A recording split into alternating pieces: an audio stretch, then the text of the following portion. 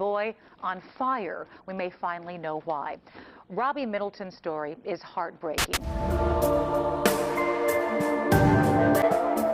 Robbie Middleton was born on June 28, 1990, in the small town of Splendora, Texas. He grew up in a loving family with his parents, Bobby and Colleen Middleton, and his older sister, Heather. Splendora was the kind of place where everyone knew each other, and Robbie was a friendly, adventurous kid who loved the outdoors. More than anything, he dreamed of having his own tent for camping. So when his 8th birthday arrived, his parents decided to make that dream come true. June 28, 1998, should have been the happiest day of Robbie's life, but instead, it turned into a nightmare. That morning, his parents surprised him with 2 gifts, a large box and a small envelope. When Robbie tore open the box, his face lit up. Inside was the tent he had been wanting for so long. The envelope contained money, a small fortune in the eyes of an 8-year-old. Excited, Robbie immediately started planning his birthday celebration. He wanted to set up the tent in the backyard and light fireworks with his best friend. His parents agreed, and even took him shopping to buy everything he needed. Later that evening, Robbie set off to pick up his friend, who lived on the other side of the woods. It was a familiar path, one he had walked many times before without fear. But this time was different. This time, Robbie never made it home the same. Somewhere in the woods, someone attacked him. He was tied to a tree with a fishing net, doused in gasoline, and set on fire. He screamed in agony, but no one heard his cries for help. The pain was unimaginable, but ironically, it kept him conscious. It kept him alive. When the net finally burned away, Robbie managed to free himself. Using every ounce of strength he had left, he crawled toward the road that led home. That was when his neighbors, driving back from work, saw something horrifying. Robbie, emerging from the woods, his body burned beyond recognition. At first, Robbie's neighbors thought he was just covered in dirt. But as they got closer, they realized the horrifying truth. He wasn't dirty. He was burned. His body was still smoking, reeking of gasoline. His eyes had turned completely white, his skin had melted, and his eyelashes, lips, hair, and even his genitals were charred beyond recognition. One of the neighbors noticed smoke rising from the forest and ran toward it, fearing the fire might spread. About 100 meters from the road, deep in the thicket, he found the scorched remains of a small tree. The ground around it was soaked in gasoline, the sharp smell of fuel still hanging in the air. Meanwhile, Robbie kept repeating over and over that he couldn't see, that he was freezing, that he was so thirsty. Some of the locals tried to help, bringing water, a blanket, and ice. But luckily, one of them knew basic first aid for burns. He warned the others not to touch Robbie or let him drink anything. It could make things even worse. While the neighbors did what they could, Robbie's parents were already growing anxious about his absence. When they stepped outside, they saw a group of people gathered at the end of the street, shouting for help. Instinct took over, and they ran toward the commotion. Then, Colleen saw them, those small red sneakers. And in that moment, she knew. The child covered in burns, barely clinging to life, was her son. Panicked voices surrounded Robbie, desperate for answers. Had this been an accident? Or had someone done this to him? At first, the boy seemed unsure of what to say. Then finally he whispered a name. Rex Taylor, a teenager, someone he knew, someone who had thrown gasoline in his face and set him on fire. Just then, the first ambulance arrived. Robbie was rushed to a small hospital in Houston, but his injuries were far too severe. Within hours, he was transferred to a specialized medical center in Galveston. There, doctors delivered devastating news. 99% of his body had suffered third-degree burns. His chances of survival were nearly non-existent. Still, they moved fast.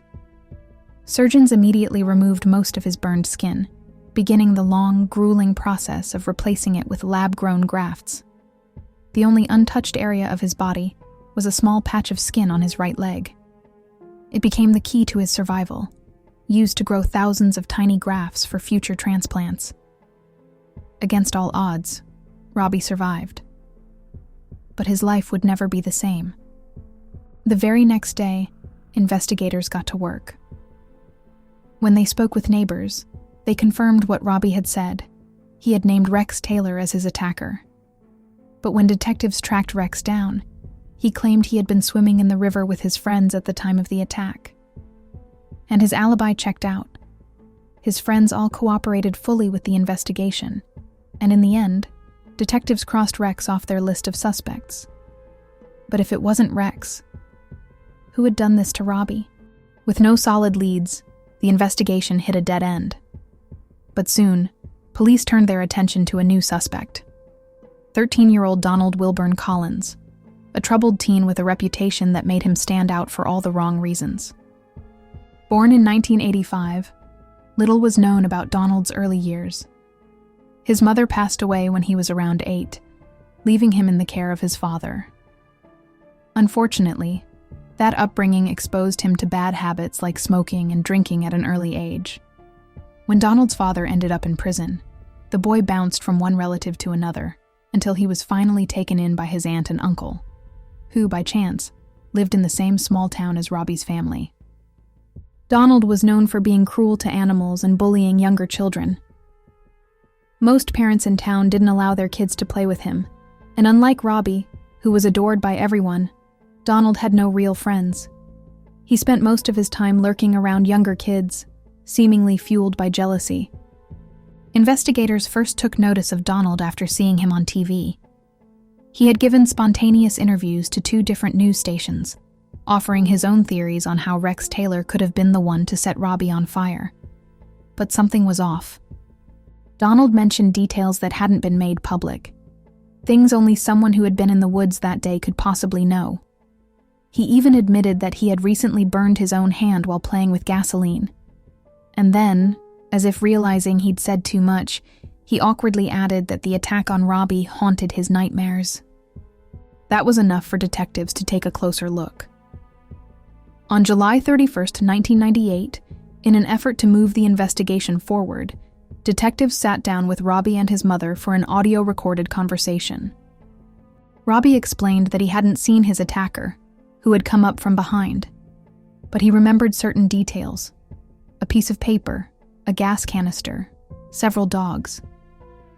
He also recalled hearing a car door slam shut just before he was set on fire. And then, the detail that made detectives pause, he recognized a voice. He believed one of his attackers was Donald Collins. But there was another voice, one that belonged to an older person. It was an important lead, but there was a complication. Robbie was still on heavy painkillers and sedatives at the time of the conversation, which meant his memory might not have been completely clear. His statements had to be handled with caution. A few days later, detectives followed up with Robbie's mother, and this time, she had even more information. Robbie had now named the people responsible and shared disturbing new details about what they had done to him. That was enough for investigators to obtain a warrant for Donald's arrest. When questioned, Donald admitted he had been involved in the attack. And once inside juvenile detention, his behavior only confirmed the worst suspicions about him. He repeatedly threatened other kids, bragging that he would burn them the same way he had burned Robbie. Terrified, some of the boys reported these threats to a child welfare worker, who immediately contacted detectives. It was clear. Donald wasn't just a troubled kid. He was dangerous. One of the teenagers who testified said that Donald admitted to setting Robbie on fire because he and his uncle had forced him into an intimate relationship. They were afraid Robbie would tell his parents. That same teenager recalled Donald joking about the attack, saying he found it funny how Robbie's eyes looked, as if they were about to pop out of their sockets. Despite this chilling testimony, the prosecution dropped the case, and by January 2000, Donald was free. The likely reason? Robbie had given conflicting statements about who attacked him. His family fought tirelessly for justice, but the case eventually hit a dead end. For the next 13 years, Robbie's life became a battle. He spent most of his time in hospitals, undergoing more than 150 surgeries and painful treatments.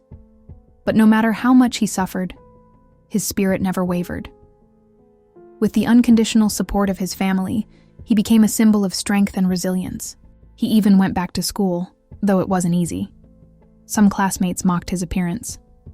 Still, Robbie refused to let their cruelty define him, and in time, he found people who accepted him for who he was. Beyond his own struggles, he dedicated himself to helping others. He met with victims of similar crimes, offering them support, and even started a fundraising campaign for transplant research. His kindness and determination reminded everyone of what truly mattered. While Robbie worked to rebuild his life, Donald continued down a dark path. In 2001, at just 16, he was convicted of assaulting an 8-year-old child and spent about 4 years in prison. After that, his life became a cycle of arrests and releases. Despite everything, Robbie never doubted that Donald was responsible for what happened to him.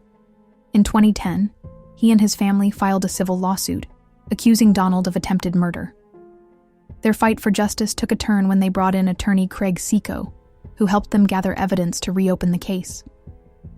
He obtained police reports, spoke with investigators, and interviewed Robbie's doctors. But as the legal battle unfolded, Robbie's health took a devastating turn. The effects of the attack had already put his body through unimaginable suffering, and now, doctors diagnosed him with skin cancer. By April 2011, his fight was over. Before he passed, Robbie made one final act of courage. He recorded a 27-minute video, revealing details he had kept secret for years. In it, he described how, weeks before the arson, Donald had taken him to the same spot and forced him into an intimate encounter. Robbie admitted that he only went along with it because he had seen Donald do the same to another 8-year-old boy. He also recalled that on the day of the attack, he thought he heard the voice of an adult man, possibly Donald's uncle. I got my gas and turned me around and threw the gas in my face. He tore my clothes down and started roofing me. He used to do this with one of his cousins all the time. A few days later, dozens of people gathered to honor Robbie at his funeral. But his family's fight wasn't over.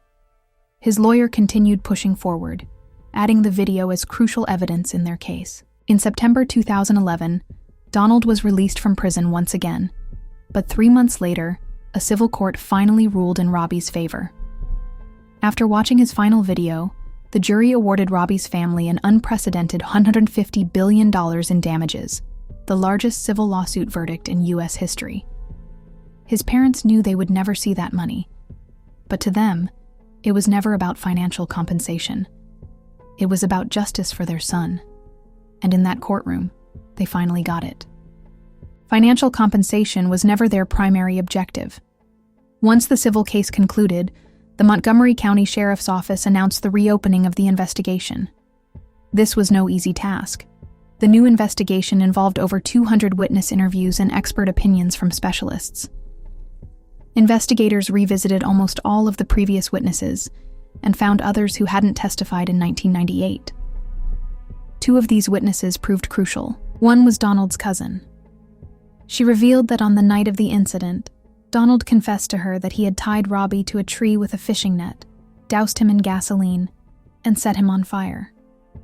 The cousin further mentioned that when she told a family member about the confession, he dismissed it, saying that adults would handle it. This case was rife with legal complexities, many stemming from the fact that Donald was only 13 at the time of the crime.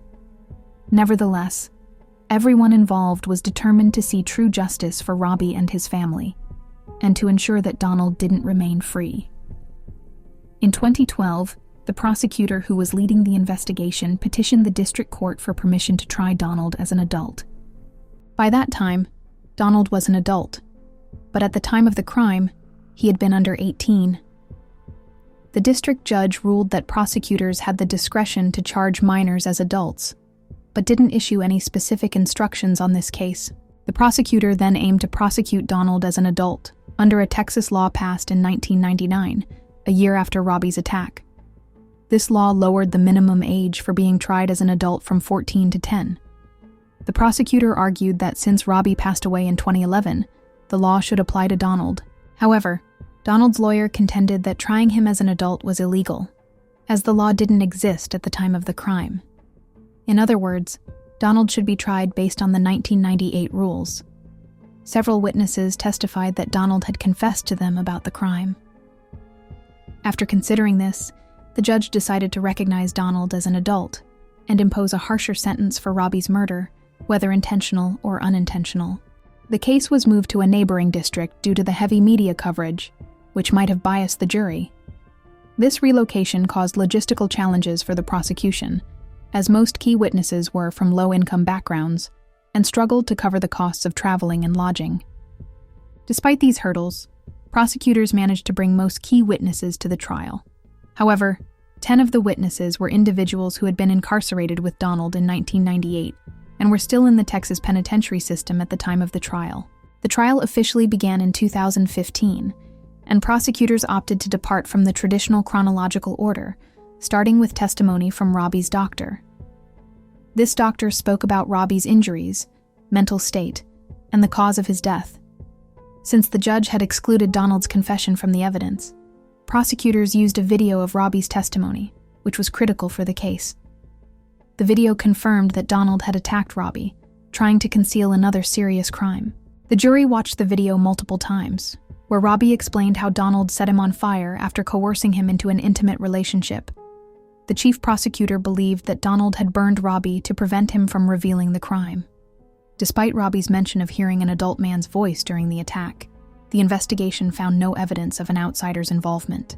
During the trial, when Robbie's testimony was played, Donald turned away from the screen and began reading, showing no emotional reaction.